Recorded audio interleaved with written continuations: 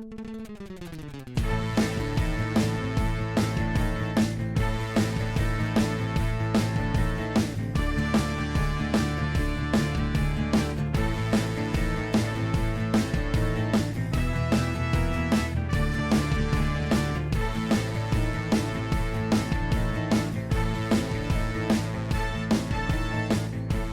to episode 142 of the Campus Comics Cast, and the question of the episode is, will Mike Atchison pull a Joe Quesada and take his talents to another podcast? Who knows? But for now, he is still here with the Campus Comics Cast, the official podcast of Mighty Monster Comics, located in Murfreesboro, Illinois. My name is Scott Reed, and I am joined on this episode by Mike Atchison and Chad Schubert. Not Mike Quesada. No. So, and of course, this is our regular previews episode. But I think we probably should mention what I think is the biggest news coming out of New York Comic Con is that Joe Quesada is going to make a return to DC Comics. So this article that I'm pulling this information out of, and I lost my link here because I've opened up way too many tags. It's actually coming from comicbook.com, written by Russ Burlingame. This is from October 7th, so as we record this just a few days ago. And now the article implies, and I guess this was at a Jim Lee and Friends panel that this announcement was actually made, that he's going to come back and do some covers, including like the cover for Batman 131, which is, Quesada worked on Batman covers back in the Nightfall storyline. So it is kind of a I guess going home for him in a way. But I can't help but think if they're bringing him back to DC in this small capacity, that they maybe don't have bigger plans for Joe Quesada at DC. What do you guys think? I would have to agree. He's too big of a name to just do variant covers. Yeah, to just cross party lines, just to dabble. There's definitely, and he doesn't seem like he's been getting he's not doing a lot over at Marvel besides just, I don't see his name everywhere anymore. No.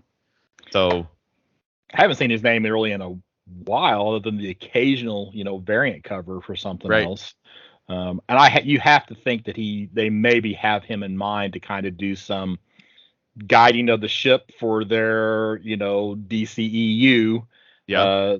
And that's kind of what I'm thinking. It's like they figure he has a talent. He started the Marvel Knights line when he was, I guess, was the editor-in-chief at Marvel at the time, or at least in a higher capacity at Marvel.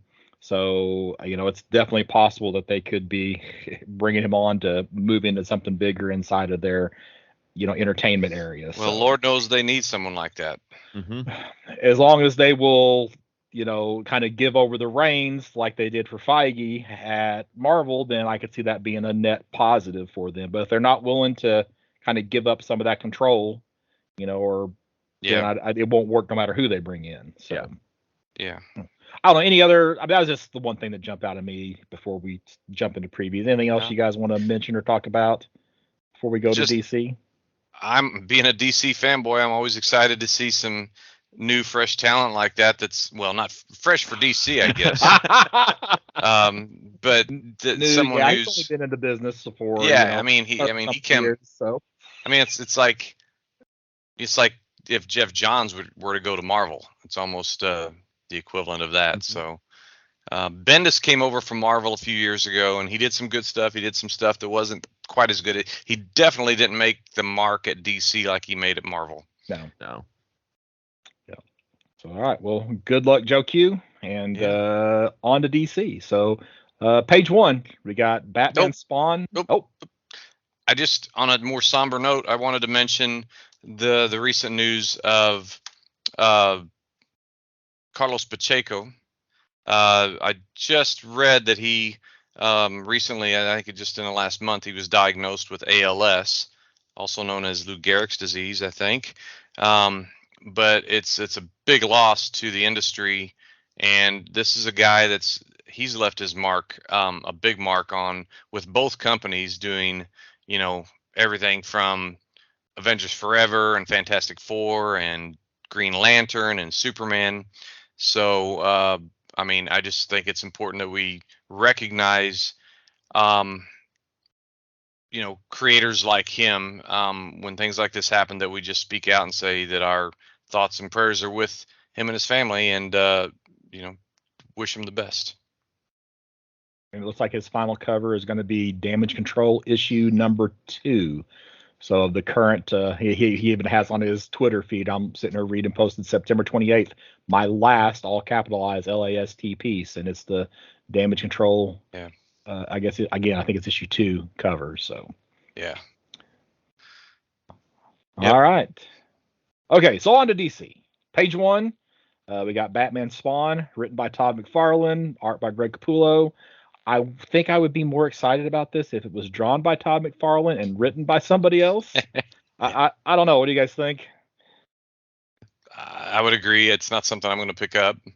Yeah. You're both going to skip it?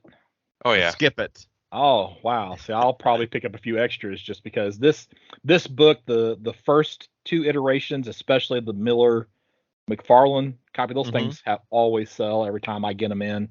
Okay. So I just imagine that this is a book that people are going to be asking for. That they'll want to pick it up new, So well, I'll tell you what, if it becomes very popular and valuable, just sell me one of your copies at cover price. Cover price. Okay, all right. So I'll take the risk. I'll take all the risks for you. How about that? There you go. That's what friends are for.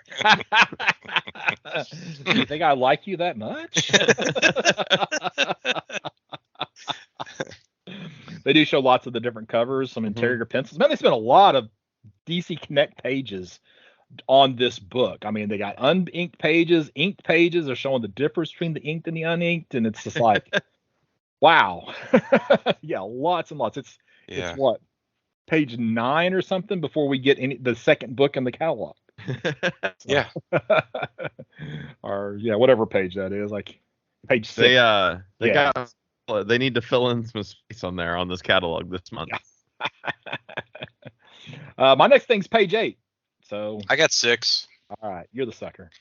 Yeah, I mean, I'm a Tom King fan, so he wrote the first issue of these series of one-shots. The Riddler was the focus character of One Bad Day issue, the first of those one-shots, and I think this is the third one, but it's Batman One Bad Day, Catwoman #1, written by G. Willow Wilson, who I also enjoy her work.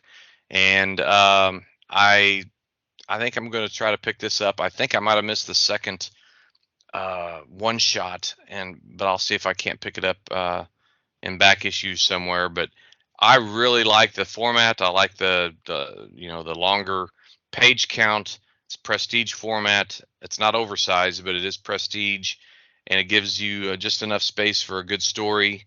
And yep, I'm hooked. I'm glad you brought this up because I wasn't even paying attention to the creative team, but I do like G. Willow Wilson a lot too, and Jamie McKelvey's artwork is something I'm a real big fan of his. So I was like, oh, I didn't even pay attention. I was just like, I'm not reading those One Bad Days at all. So I just skipped right over it. Yeah, and if you're like me, Chad, you see so much Batman that it's easy to skip over something that might be good. You can't afford to buy everything that says Batman dash or Batman : right. So you have to be somewhat discerning. And since I did read the first one shot, I think the format's good, and we'll see how this one is. Page 8. I'm only mentioning this Batman versus Robin issue #4 because when did Bruce Wayne get Dr. Fate's helmet? That's what I want to know. I guess maybe in issue 3 of maybe in issue Batman versus Robin. Black Adam's coming out, maybe. I don't know. Another little side promotion of Dr. Fate. They got the little bat ears though on the helmet. Yes. It's just my like, lord, okay. I just now noticed that. Yeah. Oh, good. I always liked how Batman, whenever he was undercover, he could fit those bat ears, cowl and all, underneath a mask. They just folded in somehow. Now this is written by Mark Waid, so it's probably pretty good. It's sort of the continuing story from the first arc of World's Finest, the Batman Superman World's Finest series. So, but I'm not picking this up. I haven't yet, so. No, I haven't either, but. It's the lead into the next big event, though. Well. Might be important. only Marvel beats DC at the next big events because or the frequency of the next big event. Definitely wear out its welcome with me. I'm on page 10. So just mentioning Batman issue number 130. This is the final issue of the first story arc for Zdarsky.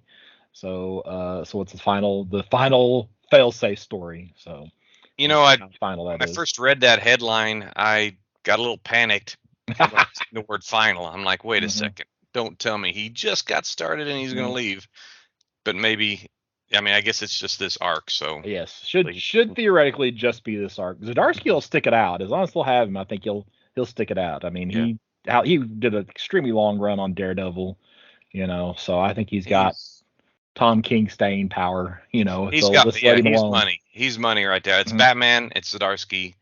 It's just you'd be a fool not to continue on with it. 18 is my next thing. Yeah, that's I'm with you there. We'll go right ahead. Oh, wait a second. On 15, we've got Action Comics 1050, and Kal-El's back. We knew it was going to happen, and here it is. And that's a great cover right there. That is a cool cover. Yeah, they tell you the Dark Crisis is over before they talk about Dark Crisis number 7 in this catalog. So, yeah, that's spoilers much. Kind of like the action figures coming out. When the back of the action figure box tells you all about the character, and you don't even know they're appearing in the movie. In the movie, yeah.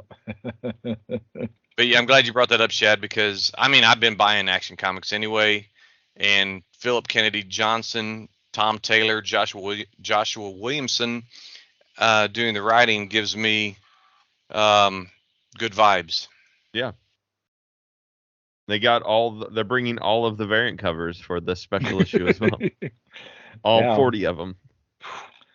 That seems like an odd issue to have that many variants for. I don't. 1,050. There's 27 of them. That's all? Covers. 27 covers there. Wow. If you count the main one. Stop still on 18. Okay. I think, Mike, you want to talk about it, though, so go right ahead. I mean, I just have it on my list that I'll be buying this like I have been the whole series, but this seems to give a little hint of what's to come after the big event, Dawn of the DCU. It's got Nightwing as the front and center on the cover. It makes you wonder what his role will be in the new iteration of the DC universe. Got a comment about that. The thing that I think you're overlooking is the special George Perez tribute variant available open to order, where they've got a front and back cover of just all the characters. Yeah, I've seen that, and they posted that bifold or that 2-page spread in the back of a lot of the DC books a couple of months ago. But this looks like it's going to be the cover, an alternate cover. Speaking of Nightwing, on page 19, you got Dark Crisis Big Bang number 1. They have these, they kind of refer to them as connecting covers, though they're just color stripes down the front of them. But the last cover is the one that sort of seems out of place to me, because they got Batman, Superman, sure. They got Flash, Green Lantern, okay. They got Wonder Woman, Aquaman, probably should have been before Flash and Green Lantern. And then they have Nightwing and Captain Marvel, but with Nightwing, it's not just Nightwing. They've got Stargirl and Cyborg in the background. None of the other heroes have characters in the background, which leads me to think it's more of a Teen Titans thing. Yeah. But it's just inconsistent with the other covers. And I hadn't noticed that Nightwing was so prominent on the cover to the Dark Crisis on Infinite Earths number 7 until you mentioned it, Mike. So now it makes more sense that he's on one of these covers, but should he not be solo on that cover instead of it implying it's a Teen Titans cover? Right. I just thought it was weird. Yeah, that's a good question. They're going to sacrifice Nightwing. He's going to die. Oh, well, Dan DiDio's not around anymore at DC, so I would hope that Dick Grayson's not random safe. Offings. Yeah. Yeah, right. And then, of course, it says the Infinite Multiverse is back. Was it ever really gone? Okay, nerd alert. Nerd alert. In DC continuity, or lack thereof, this is basically coming full circle to the original Crisis. Yeah, to the original Crisis that did away with the original Infinite Earths. Since the Crisis on Infinite Earths, there's been one crisis after another that sort of in degrees added a version of a multiverse, whether it was 52 worlds or the dark, whatever the what they call it on Stranger Things, the underneath, or the Scott Snyder stuff. Yeah, upside down. That kind of version of the universe or multiverse. The dark multiverse, right? Yeah, it just. But even though I'm still behind so much of my reading that I think I've read 2 issues, so I don't know what's going on. But if it brings back that original multiverse that has infinite possibilities, but they don't feed us those stories with a fire hose, then I'm happy about it. Yeah. What I have a feeling is that they're just going to try to throw as much at us as they can, and you'll get 52 comics in this new infinite multiverse. Yeah. They need to learn the whole slow burn process a little bit better. Yeah. As far as I'm concerned, if you have one alternate reality, you have infinite alternate realities. So you immediately have an infinite as soon as you have a second one. So they may have said they had 52 for a while, but it might as well have been infinite. Right. So. Page 20. Yeah. Okay, so Flash 790. I think I get the feeling this is just a one shot, and it is called the 1 Minute War. So apparently the Earth gets attacked by speedsters. So you have this entire battle that takes place in 60 seconds. I love the premise for this issue. So it looks like it could be a good one and done story. So I may pick this up just for that little concept there. So that is pretty cool. Yeah, because I was just going to say it was weird because they're soliciting 790 here, but later in the book they're soliciting 789.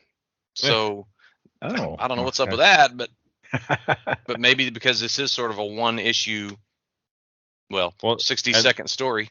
Yeah. Well, and this book is on sale January 3rd, whereas most of the books are solicited for December. Is that right? Yeah. Are we all? Yeah, well, DC Connect catalog is just they never can get their stuff right, can they? Yeah, because this catalog was actually released, like mid-September, and it is the October catalog for stuff on sale December 2022. But yeah, as you point out, there's a lot of January stuff in here. So yeah, it looks like Daniel Acuna on the art, but it says on the cover, but it says Torrin Clark. So I'm not familiar with that person. This could be one of the variants or something. So could be. Who knows? No, it's like TC. So I think that's it's a TC signature there in the lower right hand corner. Yeah. Okay. So, my next thing's 24. Okay. All right. So you guys, okay. So 24, just a new character alert. We've got Blue Beetle Graduation Day #2, introducing the mysterious Yellow Beetle. Probably has a cameo in Blue Beetle Graduation Day #1. So if you are wanting that, then you might pick up the previous issue. But new character alert. I don't know if this character interests me or not right now. So. Will this character show up in the movie? Probably not. Probably not. No. Will the movie be made? Who knows? Probably not. This is one of the ones that isn't canceled yet, though, right? Correct. Yes. Okay. All right. As of October 11th. Yes, as we record this. Yeah. It may change tomorrow. Yeah. All right, Mike Atchison, page 26, go. Oh, you think you know my life. Yes, I do. 26 is what I have flagged here. Finally, we get Tom King's and Jorge Fornes and what's Stewart's first name, the colorist? Dave? And Dave Stewart. Yeah, Danger Street, which has a really, really cool premise. You know, back in the 70s, there was a comic that was, DC, or not DC special, but first issue special. Yeah. Oh, that's what you said. Okay. Sorry, I can't talk and hear at the same time. First issue special had basically the idea was to alternatively bring in new characters as a tryout issue, and sometimes just just bring new old characters back and with a new premise or just new audience or whatever.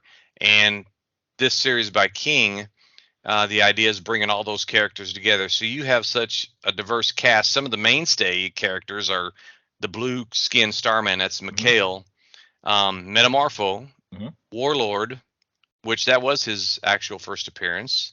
Okay, is that that's who that is Warlord then? Yeah. In this, and I wasn't for sure who that was supposed to be.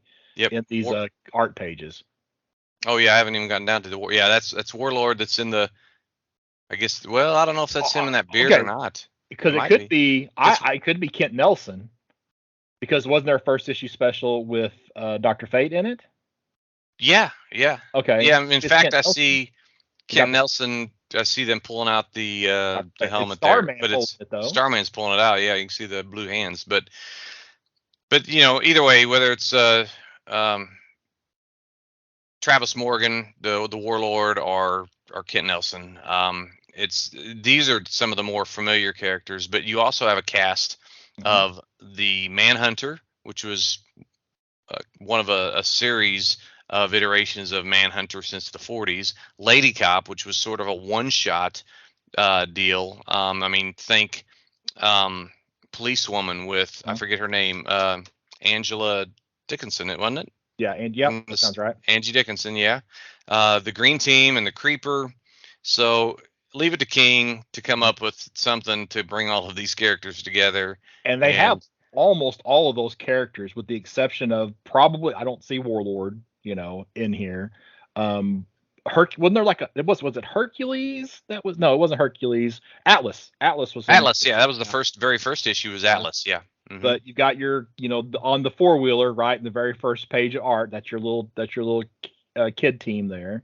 That was the Dingbats of Danger Street. Yeah. Okay, and then you got the Creeper there in the second page, up right hand corner. Yep. So you've got a large number of them represented here in just these 4 pages of art. Yeah. So. Yeah. It's really the exciting thing is to figure out, if you can figure it out in advance, what the connective tissue is with all what he'll weave together to see what'll. I mean, otherwise they're so. Uh-oh.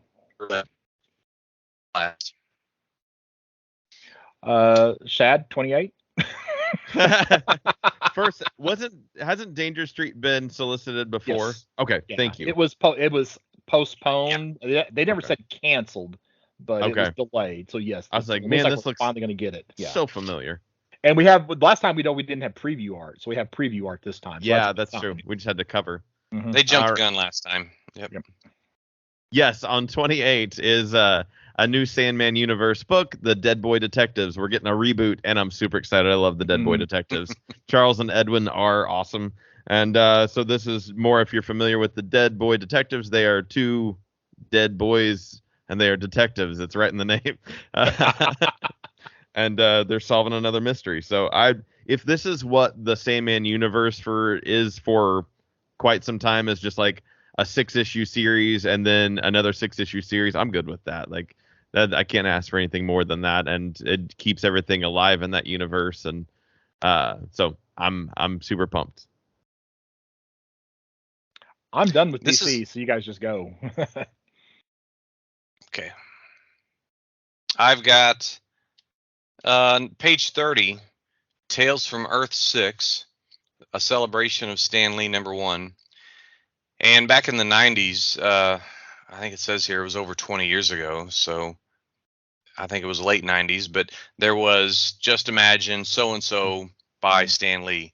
Now, those stories were mostly not that great. Terrible. I think it was, they were past Stan Lee's writing prime. Yeah, some things don't need to be celebrated. Stan Lee does. They're not celebrating these characters or his writing of them, but at least you got some pretty good talent that's going to be coming up with new writing. You got Mark Waid and Michael Uslan, Jerry Ordway, etc. Steve Orlando. Some of them are pretty good, well-known writers. So I'll probably get it. It's $10 and it's 96 pages. So, and I like those alternative, character takes. Yeah. the idea was cool that they did it. Maybe the execution or the everything around it maybe not as great, but I would pick As this it up too. happens. As it happens. On page 34, if you're one of those absolute Batman Joker / Joker fans, you can get the absolute Batman Three Jokers book, which is the hardcover for $100. I don't know if that story, if I was smitten enough with it to get it in a hardcover.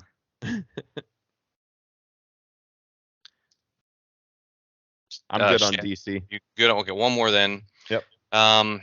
Page 38 is 80 years of Aquaman. Scott's favorite character.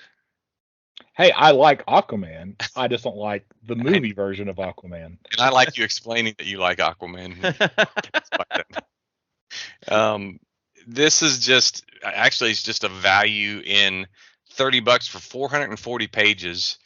And it's a hardcover, and it's just going to include some, like the first Aquaman story in More Fun Comics number 73, and just some other highlighted stories throughout his career. So I would get it just for that. Plus, it's got a nice historical commentary from different writers like Mark Waid and Paul Kuperberg and Greenberger and Paul Levitz and all that stuff. So so I think I'm going to get that, and that's all my DC.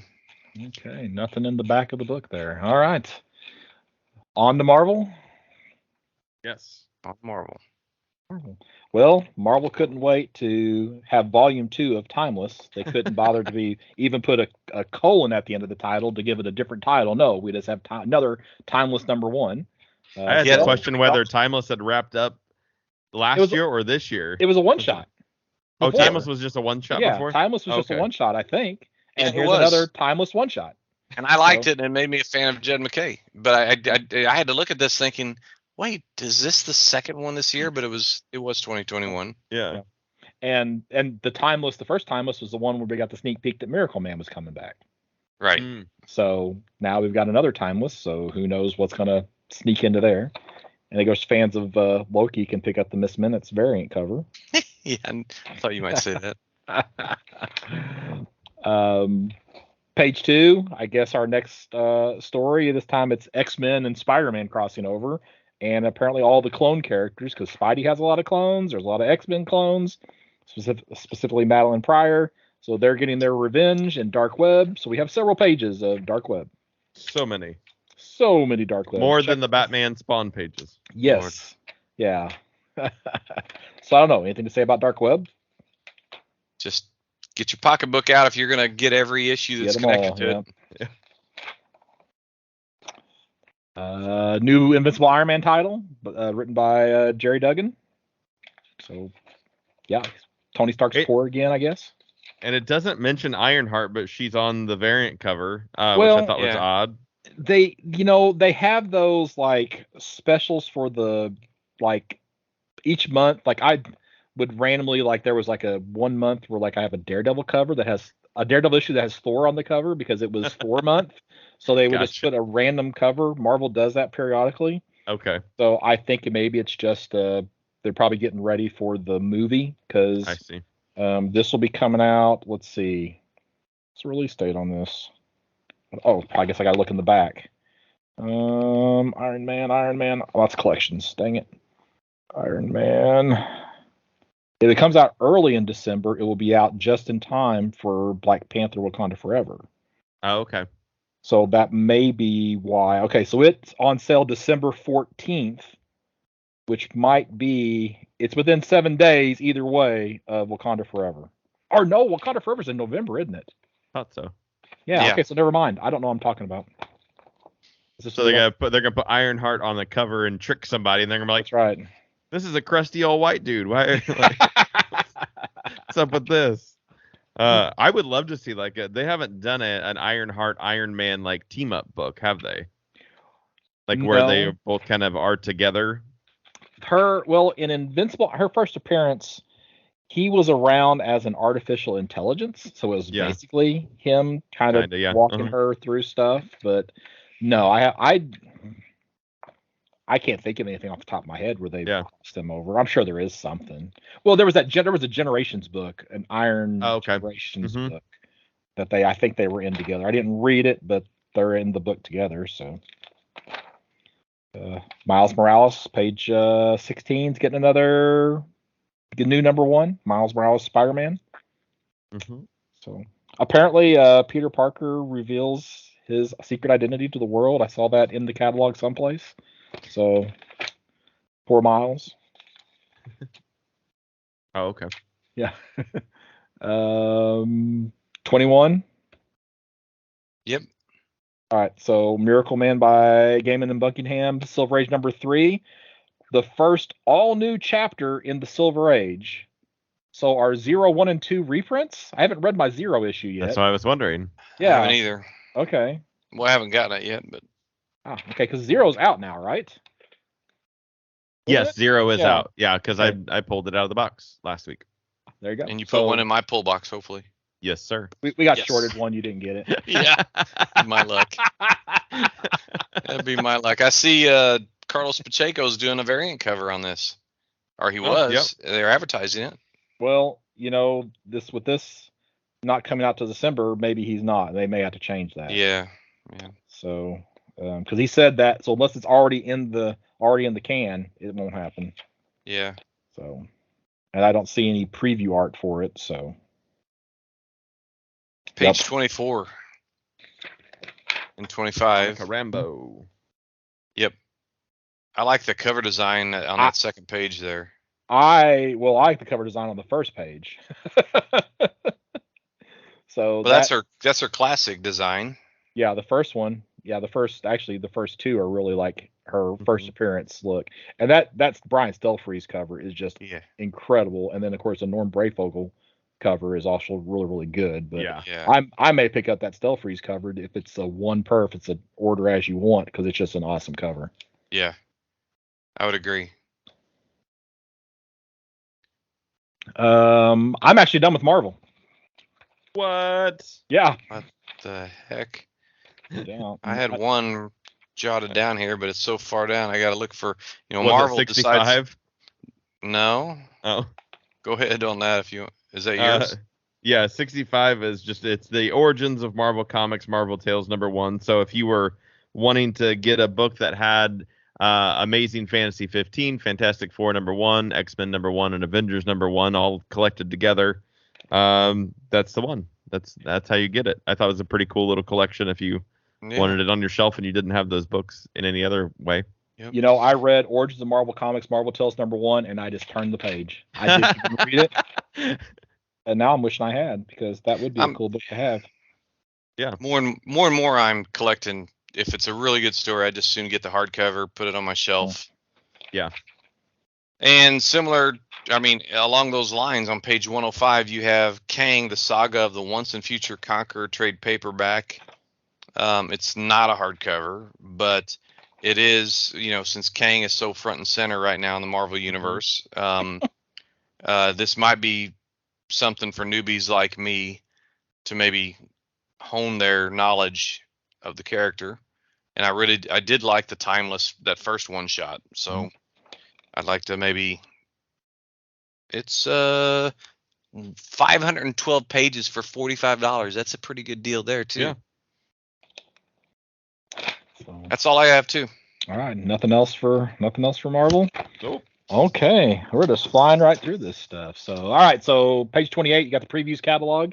Orders need to be in hopefully by the 18th. So keep that date in mind. The earlier you get your orders in, the better. So that would be ideal, having orders in by the 18th. My first thing is not until page 88, so which is pretty deep into the catalog for me. I didn't see anything jump out at me in image this time. I've got 32, the first page and image. Okay. On 32, it's a reprinted or a remastered version of a book originally called The Electric Sublime. I didn't actually ever read that, but it's the new remastered version is called Art Brute. And the concept's pretty cool. It's about a guy who has to dive into paintings in order to save the world of fine art. It seems like it would lend to some cool visuals if you're having to dive into classic paintings and do something with it. I don't know. It says equal parts police procedural, hyper fantasy, and psychological thriller. And it's got a new, even if you read the Electric Sublime originally, it does have a backup story in these now that is all new for each issue, which I thought was a cool way to get somebody to buy the book again. Yeah, I stared long and hard at that page to decide whether I wanted to write it down to pick up.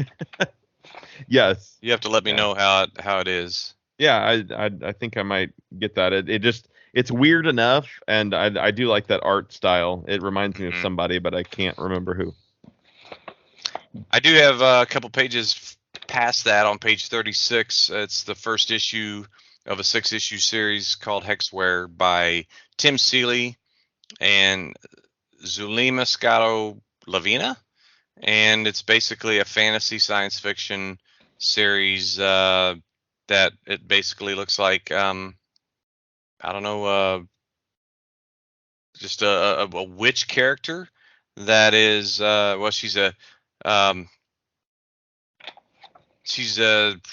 I'm trying to even read the solicitation here, but it's futuristic miniseries by acclaimed creator Tim Seeley. Magic Order meets the Do Androids Dream of Electric Sheep in this dark mashup of witchcraft and sci-fi. She's got that witch hat. I'm trying to think of who she reminds me of, but anyway, I might get that. Slytherin. Oh. No. Yes. I'm making a Harry Potter joke. I know, it was almost maybe that's what it's reminding me of. Not the Slytherins, but that's the sorting hat. Yeah. Yeah. You are Slytherin. I've never even watched Harry Potter, so. Oh my goodness. The art looks good too. Yeah.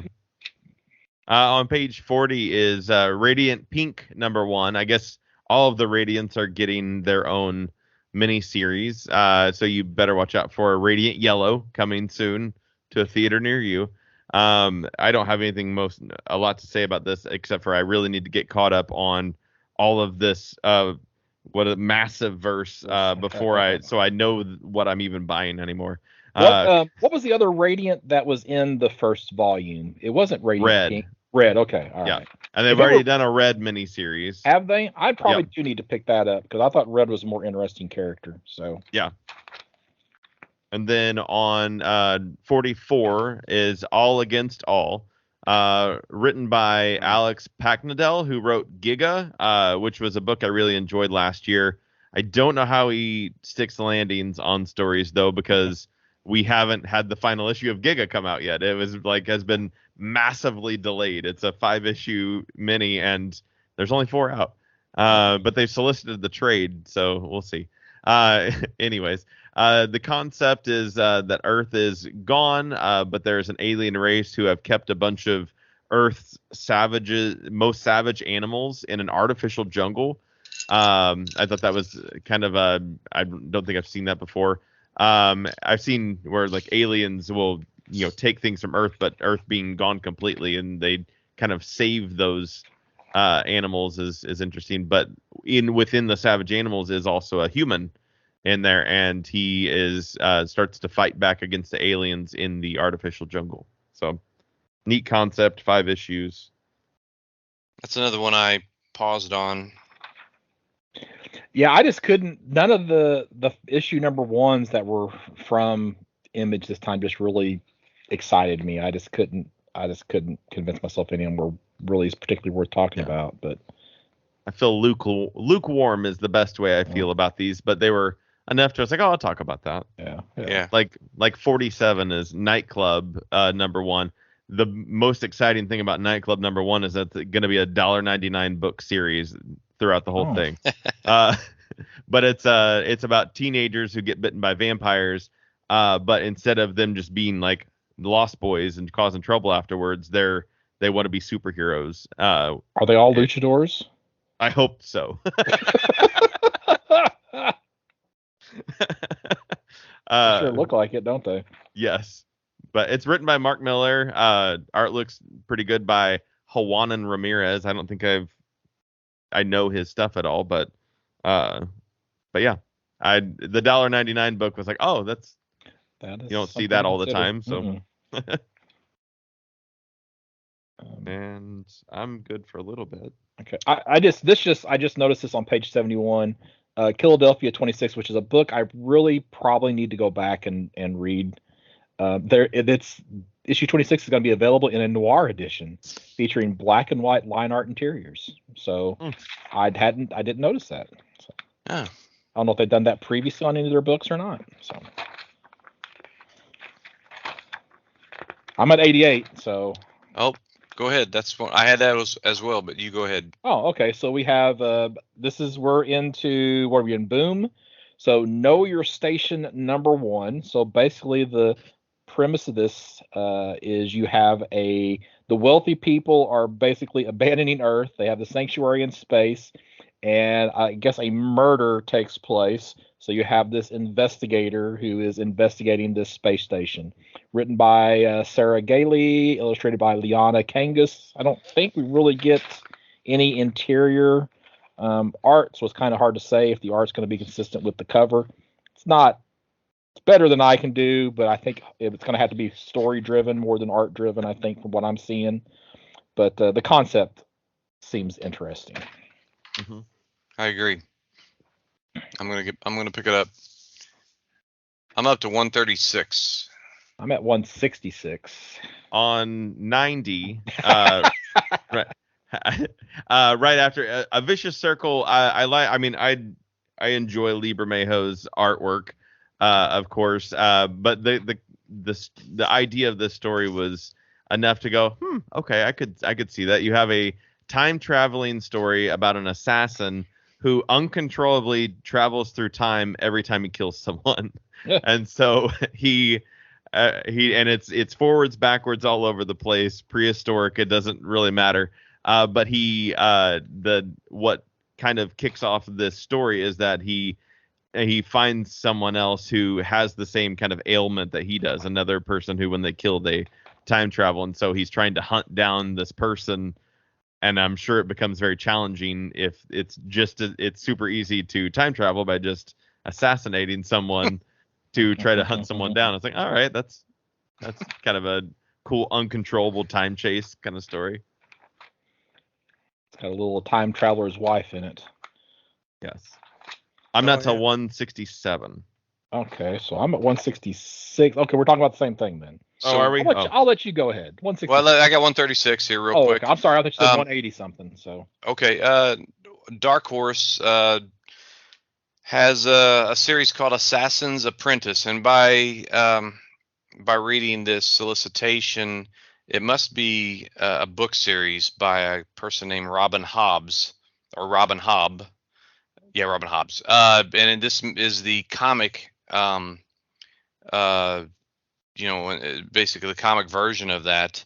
It's only 6 issues long, and it has a boy named Fitz who is basically taken away by his uncle, and he's prepared to be somehow he's going to be turned into an assassin, maybe. I'm not sure. I'm kind of reading between the lines here, but I kind of like that medieval setting.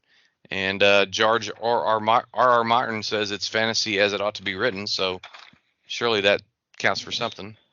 Has he written anything? Has George R.R. Martin written anything recently? He vaguely sounds familiar. Well, yeah, but again, what have you done for me lately? Oh, well, he's old. Maybe he's writing his memoirs now. I don't know. I skipped over this completely because I thought it was an Assassin's Creed spinoff. Because Dark Horse also does Assassin's Creed books, I think, maybe. Right. And so I just kind of skipped over it. I didn't even pay attention that it had nothing to do with that at all. The art looks good. It just grabbed me. And Jody Hauser, I read Faith by her several years ago, and I really liked it. And I don't know. When you see a creator that you seem to take a liking to before, you're willing to take a little bit more of a risk on them on a new series. Absolutely. All right, I'm 66. Okay. Dynamite pulling out all the punches with a Disney's Gargoyles #1. This is like my childhood. Disney's Gargoyles is like one of my favorite shows growing up. So they finally got a license for a character that is cool, and they're not trying to exploit it in any way. It doesn't seem like. They're making an in-canon Gargoyles comic book, so everything in the show matters. It's going to tie in directly. And they've got some ridiculously awesome variant covers. They've got a lot of variant covers. 23. And I mean, the Jay Lee one is awesome. There's a Tony Flex and Trish Forster, the people from Stray Dogs. So they have a Stray Dogs variant, which is super cool. Amanda Connor's got a variant. Mm-hmm. I don't know what I'm more excited for, the variant covers or the actual story in this, but I will be picking up multiple copies of this one. This series definitely has cult status. Yes. You know, and because if I remember correctly, the original cartoon series didn't get finished, right? It ended incomplete. It ended abruptly. Yes, there was okay. definitely an ending to go. And what's weird about there is a Gargoyles comic series that was produced in the 90s as well, and it is. I don't think I'll ever get to own the series because the price is so high on most of the books. They're like all of them are $100 books. Wow. Because I don't know why. I'm sure it's because there wasn't a high print on them, and everybody wants them now because it is cult status. And they were probably read to death, and they're probably just not in any decent condition. Because they were all kids. It was bought for 8-year-olds at the time. But yeah. So hopefully we'll get some cool tie-in end of story, and it's one of those things where it's got a historical tie-in to Scotland, you know, the wars in Scotland in the medieval times or whatever. Like that's kind of what's cool about it is it's the way that this story is built. It goes back and forth between a fictitious future that is, you know, now and a medieval time in Scotland where the gargoyles originally were protecting humans during the wars and invasions of all these clans and everything. So there's a lot for this to go on and stem from. 228's my next book. I got 241. Did you say 288? 228. 228. Okay. Yeah. Okay, so 228 from Titan, another Blade Runner series. So it looks like they're just jumping like 10 years. So I think the first one that came out was Blade Runner 2019. And then they had Blade Runner 2029. There was a Blade Runner Origins series. Now we've got Blade Runner 2039. So it's going to be a 12-issue series. So I guess they're having pretty good success at Titan with the Blade Runner comic. So new comic. And I think I heard recently that Amazon is going to do a Blade Runner TV series. Oh. And if they put a tenth of the money they're putting into Rings of Power, it should be good. And the movie was 2049, is that correct? Well, the second movie was 2049. I think the first movie was 2019. Okay, gotcha. So I think the Harrison Ford original was 2019, and then the sequel was 2049. Okay. So yeah, so they're starting to get closer to the time period of the second movie. Well, that's what in this little description it says, you know, so and so, the first angel who hunts down Officer K in Blade Runner 2049, and so it's like, oh, okay, so they're starting to tie in characters, I guess that bleed over into that maybe. Yeah, I would guess. So I just saw Blade Runner 2039. They had me. I didn't go any further. My next thing is 240. Yeah. Did you want to talk about it? You can talk about it. Go ahead. So, Family Time #1. This is an all ages book, a little fantasy adventure. The O'Connell family got Lily, age 13, Tyler, age 11, and their parents. So they go on an adventure in Ireland, and we'll just say that odd things ensue. So, I don't know. It has Jay Lee covers, at least for the first issue. So, it's definitely a concept right for, being expanded on. So, and it's written by the guy by Robert Wyndham, who's writing that Seven Sons book with Jay Lee. And that's been really good and wild. And so he's definitely a solid writer. And he's co-writing it with his 11-year-old daughter. So I thought that was a pretty neat Yes. little thing there.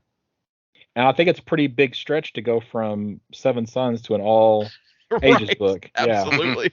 That's like when Garth Ennis wrote a kid's book. It's like, Yeah. Oh really? my gosh, yeah. 254. Okay. There is the next book from Frank Miller Presents. This is Pandora. This is a 3-issue series. It's a young adult fantasy type story, so probably not for everybody. But just because it's the second book that we get out of Frank Miller Presents, I felt that it was worth mentioning. Mm-hmm. It's the vaguest of descriptions. Yeah. It's just like, if you know about Pandora, the mythology, this is kind of like that. Yeah. And it's basically 3 pages of advertising for just this little blurb. Yes. Yeah. 277. Oh, I got that. Okay, you go ahead. Bingo. I'm sure you've talked about it before. Oh, wait. No, never mind. I'm on 273. Okay, 273. Go ahead.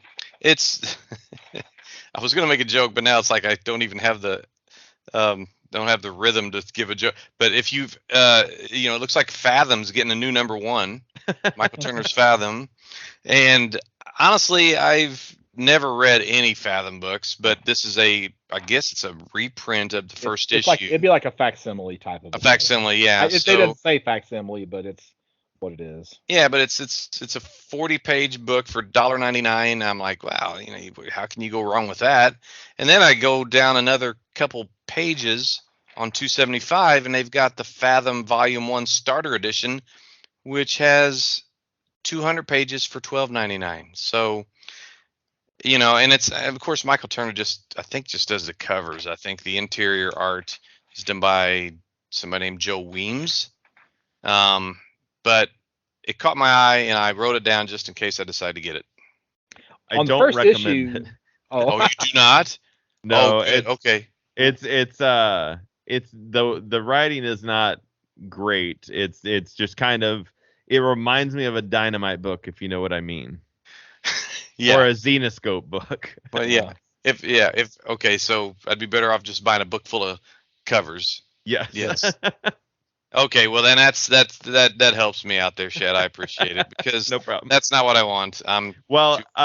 Amazon, like, I don't know if they still do, but like on Kindle they have like a bunch of like free number 1s of stuff. Yeah. And Fathom was one of those, like, when I first got my first Kindle tablet, and I was like, oh, I'll read this book, and I was like, no, I'm good. Yeah. Okay, well, thanks for taking one for the team and saving me a couple bucks. Even no wonder it's going for so cheap. Yes. Well, there's so many out there in dollar bins, that. Yeah, it just caught my eye. Yeah. 277, Mike, I think you have mentioned this before, because this is an offered again book, but Alan Moore's Writing for Comics. Yeah. So if you want to hear what an insane man thinks about how you should write comic books, then this is the read. I own it. Do you actually? Okay, all right. Yeah. I read it a long time ago. I don't think I retained anything from it, but I noticed that it was so cheap, and I bought it at one point in time, not too long ago, like within the last 6 months. Okay, cool. I'm on 315. Actually, I'm not on 315. I'm going to set Mike up for 315. I'm on 310. You might as well, because I never got actually that far into the catalog. I'm Well, you just jumped to 315. Okay. While Shad talks about 310. Okay, go ahead, Shad. All right, on 310 we have My Brother's Blood Machine #1 by Evil Inc. And what's cool about My Brother's Blood Machine is that it's so I don't know if you're familiar with the band Coheed and Cambria, but Coheed and Cambria, the singer Claudio Sanchez writes comics that tie into the albums that come out. And so Claudio also has a side band project by himself called The Prize Fighter Inferno. And so this is based on the first album. My Brother's Blood Machine is the name of the first album. Really cool album. It's a little weird, very alternative, kind of off the beaten path. But Steve Niles has taken the helm as writing this book instead of Claudio, which is the first time that I know of that he's not writing his own book. But it's a horror book, And if any of the other kind of things that have come out of the Coheed and Cambria verse or whatever are to show for it, it should be pretty interesting and weird. Cool. And it's as if Scott bookmarks the catalog for me. So you're right. Page 315. If I had the chance to have gotten to that page, I would have dog-eared it to talk about the little feature that Previews has called a creator you should know. And this month they're featuring CC Beck. So CC Beck, if you don't know already, is basically the creator of Captain Marvel and the whole Captain Marvel family. And that's what I wanted to ask you about. They don't come out and say CC Beck created Captain Marvel. They just talk about him being the artist on Captain Marvel at Fawcett. They don't actually say creator of Captain Marvel. That's what threw me. Now that you say that, there's a good chance that, and this is without looking it up on the internet, and while I talk, somebody can, but I'm thinking Otto Bender. He was the writer of a lot of those early stories, but the one name that is synonymous with Captain Marvel, the Fawcett Captain Marvel, CC Beck, just for that art style. So I think it's kind of assumed without maybe knowing that he might have been the creator. Artist CC Beck and writer Bill Parker created the character in 1939. Okay, so Bill Parker. Bill Parker actually, let me think here. I think Billy Batson is designed after Bill Parker. Okay. And the whole Whiz Comics thing had to do with Bill Parker being in World War I and the rockets and whiz bangs, they called them, or something. I'm just kind of like grasping at straws here, but it has something to do with that. He was like a ranking officer in the service. But CC Beck, anyway, we're getting off course here. CC Beck was Charles Clarence Beck, and basically it says here, I'm going to read it. His style captured the youthful essence of comics with slightly exaggerated cartoony flair. He joined Fawcett Comics in 1933 as a staff artist, creating pulp magazines. Then he was tapped to draw Captain Marvel, Spy Smasher, and Ibis the Invincible in Whiz Comics and other titles. Beck defined the look of Captain Marvel. So his role expanded to the overseeing the art of the character in various comics. And I'm just going to paraphrase from here on out. He did come back to comics to DC in 1973, where DC put him on after they had acquired the rights to Captain Marvel / Shazam. And he was notorious for being kind of hard to work with. Didn't really like the writing that was going on in the 70s. So he didn't, it says right here, he left after creative differences. So, yeah, he designed Captain Marvel after the actor from My Three Sons. Somebody help me out here. Oh, it's well known. If you ever look up the who played the lead character as the dad on My Three Sons, and that's the guy that Captain Marvel is. Don Grady? Fred McMurray. Fred McMurray. Oh. Yes. Yep. So so that's their little snippet on CC Beck. You sort of have to have a taste for that art, and if you like some Golden Age comics, it's definitely worth picking up and seeing. I mean, they were sort of silly stories, but again, considering the audience of the time, they were designed or aimed at kids mostly. But at one time, Captain Marvel outsold Superman. Wow. Yep.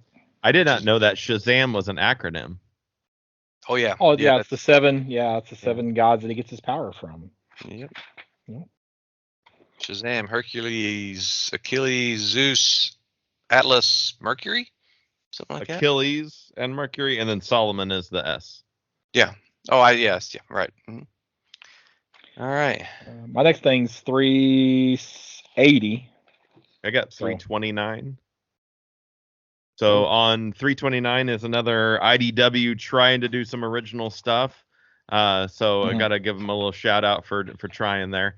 Dead Seas #1. Concept's kind of cool. It's in a world where the ectoplasm from ghosts is a cure for diseases, but harvesting it is very dangerous because you have to deal with the souls or the ghosts, I guess. So this prisoner who's got a long sentence takes the job of collecting the ectoplasm to reduce his sentence. But he has to deal with more than angry spirits to get to collecting the ectoplasm from a floating prison in the middle of the sea. Thought the idea of collecting ectoplasm should be a Ghostbusters-esque thing, but they could do a crossover maybe later on if IDW gets the Ghostbusters license. I'm not till 360. I'm 380, so. Okay. Well, I'll get there. Let's see. What are you talking about on 360? I'm not even going to guess. I don't even know. Oh, I know. Okay. No, I don't. Why am I here? Oh, Grim Space. I just thought it's real dumb, but it's classic fairy tales mixed with sci-fi twist. And the first one they're doing is Jack and the Beanstalk, but it's with a robot or something that he's got to sell. Ugh. And could be cool, could be really bad. But I like the idea of throwing a classic fairy tale into a sci-fi kind of world and seeing what might come of it, especially if they're like one-off, like issue 1 is just this fairy tale and issue 2 is this, and they don't stick on them too long. Could be interesting. And then 367, I've got this was more of just a question. Source Point Press is doing the Curse of Cleaver County double feature, which is a new book. Evidently, they're trying to build their own horror verse. But it is the first appearance of the Direville Devil. Does the Direville Devil, is it like anything? I Googled it, and nobody knows about the Direville Devil. So they're just really pushing for a first appearance, I guess. No, maybe I have not. I'm not familiar with it, so. Okay. All right. I was looking at some of the other Source Point Press books. I was looking for somebody's name, but I don't see it on any of these, so I won't have anything to say. All right. What's your next one at?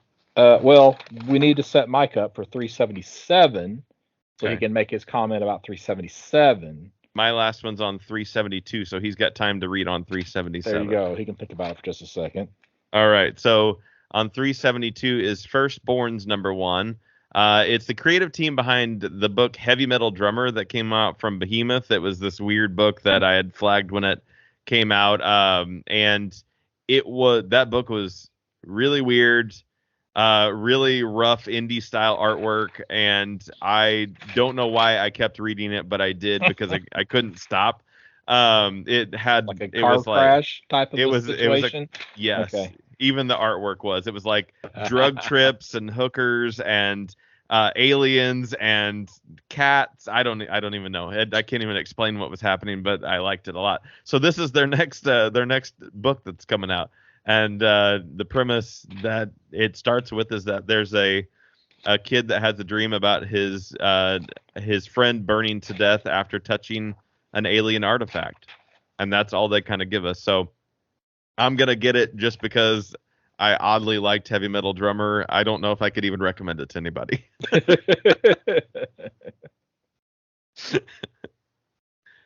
But all right, I'm done with the book. Okay, I got a couple more things, but 377, Mike, go. Of course, you have to unmute yourself before you can actually say anything. So just as an FYI. Hello? Hello, yes, we hear you now. Alter Ego nothing but professionalism here on this podcast. That's right. Perfect video. Alter Ego number 180 is featuring the late 1980s successor to the All-Star Squadron, which was the Young All-Stars. And essentially, a lot of these characters were created and designed by Roy Thomas to account for some of the continuity discrepancies created by Crisis on Infinite Earths. So since there was no longer a Superman of Earth 2, Roy Thomas created Iron Monroe. and there was other characters like that. So you had the Flying Fox, you had Tsunami. This series was okay. It wasn't quite as wordy as All-Star Squadron, because Thomas is right up there with Claremont on his wordiness. But I'd love to read about this as much as I would read it, probably. So I think I definitely will be picking this up. 380, we have our Valiant watch, and Valiant has one new book in this catalog in addition to some trades. So they are down to one monthly title. Last month, if I remember right, it was 2, and then their trades. Now they've got 1 in the trades. So if that continues, they'll be at 0 next month. So we'll be doing wait and trades. See. They'll just have trades. Yeah, just trades, right? And then we'll be counting the trades. I think I'm done with this side. Yeah, I've got one thing on side 2. Page 31. And it's just our Universal Monsters watch. You got Universal Monsters Dracula Transylvania Ultimate 7-inch figure from NECA. So if you need more Bela Lugosi action figures in your life, then here you go. You got anything on side 2? I do not. It's mostly just I wish I had the space to buy some statues type thing. So I never really. I usually like to pick out a board game, but none of the board games were, new or anything like that. So there's a lot of cool stuff in there, but all of it's marked resolicited. So I was like, well, I guess I probably talked about it last time. It was in the book too. Yeah. What page did you do the Universal Monsters? Was that page 31. Yep. Oh, okay. I seen they had also the Rob Zombies, the Munsters, Little Big Head 3-pack. Oh, yeah. That looks pretty funny, yeah. So, all right. Well, I guess we made it through. That felt relatively quick. Yeah. So, Mike, somebody want to reach out and talk to you, or will you want to talk about? You ready to talk about? Books? Oh, thank you very much. I almost forgot all about that. I know Mike would be really itching for it. He's got a bunch of them picked out. Yeah. So, Shad, you want to go first? You want me to go first? Yeah. You want to do excited about either first? Way. Is that what we? Sure. Yeah. Is that the order we do things in? Yeah. I'm excited about a lot in this in this tiny little list, but I'm definitely number 1 Sandman Universe, Dead Boy Detectives. I have to have that. Gargoyles number 1, and then that My Brother's Blood Machine number 1 I'm all about them. There's not a lot that I like in this catalog, but the things I like, I really like. There you go. I'm kind of looking forward to Danger Street number 1, since that's hopefully gonna make it to the shelves this time. And it's kind of hard not to be excited about Gargoyles number 1, just because it's such a cult classic. It's one of those areas where I feel like I need to actually go watch that series, and I think it's on Disney Plus now. It is, absolutely. Yeah, and so I probably need to actually sit down at some point, and even if it's just play it while I'm bagging and board comics or something, There's some key runs. So like I think it's the first 6 episodes is called The Awakening, and it's like it was originally released almost like a TV movie, and then they chunked it up.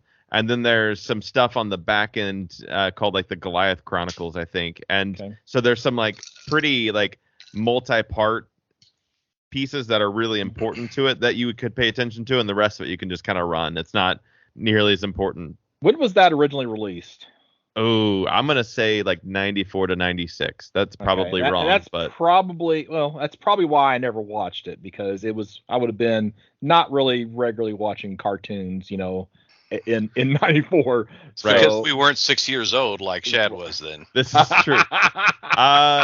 Holy cow, 94 to 96. I nailed it right on. You nailed it. You've got it perfect. So I didn't realize it ran that long. I thought it was like one season and done. So it's 94 to 97. I lied. It spilled over into February of 97.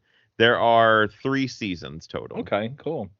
Well, it had the same problems that the Dungeons and Dragons cartoon had, where it was 3 seasons, and then the last season kind of didn't completely conclude the story. So yeah. Okay. All right, Mike. Any books that you're looking forward to particularly? Oh, it's got to be Danger Street. I mean, there's a lot that I'm looking forward to, like Shad, but I'm just going to stick to one particular comic and say Danger Street #1. And yeah, we'll see if next month my most look forward to comic is #2. Well, you won't know yet. I won't know yet. Yeah, You won't have read #1. Let me go assassinate someone and travel to the future, and I'll be able to. There you go. All right. Shad, you got a money pick? Yeah, kind of, I guess. I would say Dead Boy Detectives, not because it's the first of it all, but Dead Boy Detectives will show up in season 2 of Sandman if it happens.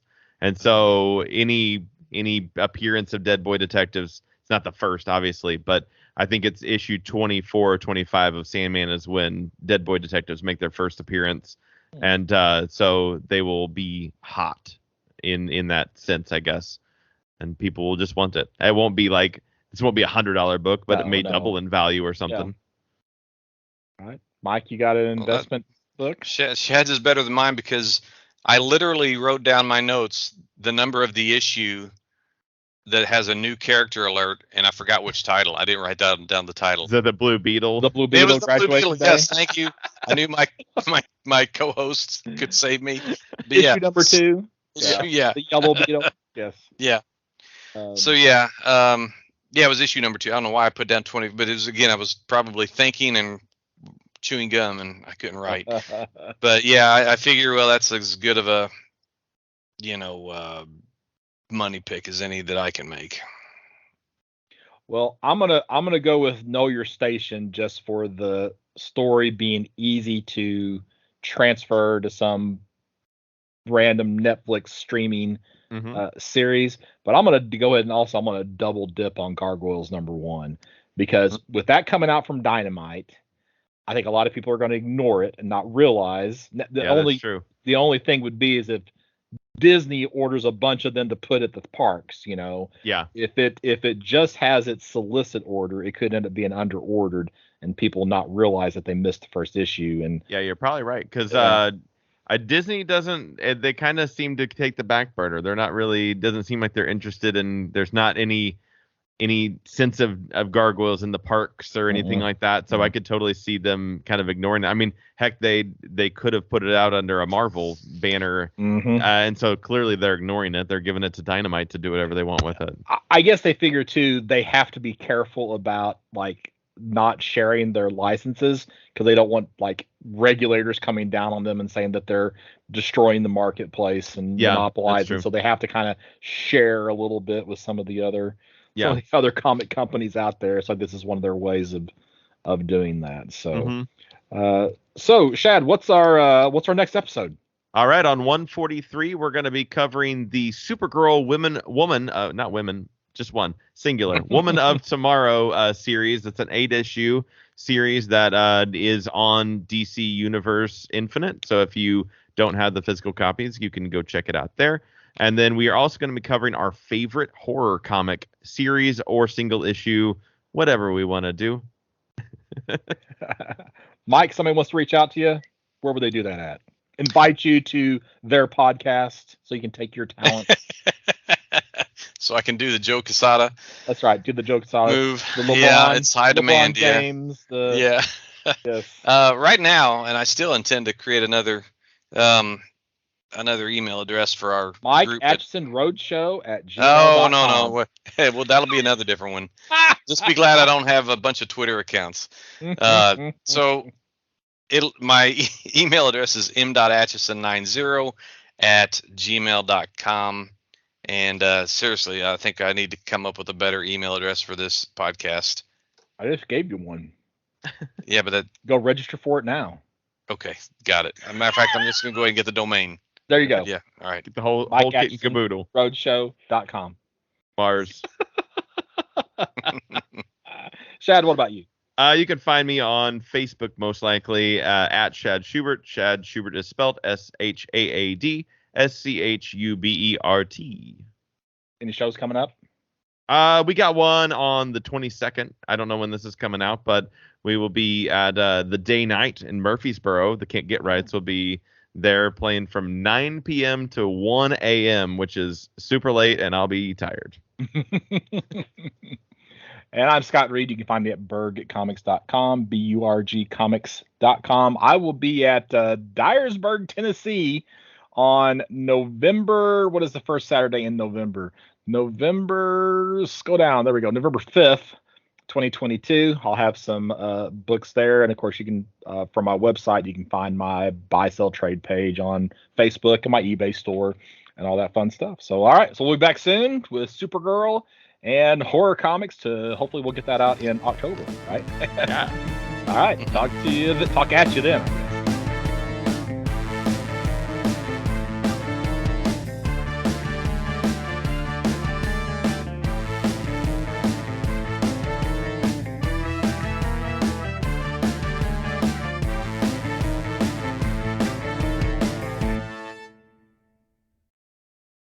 Welcome to episode 140.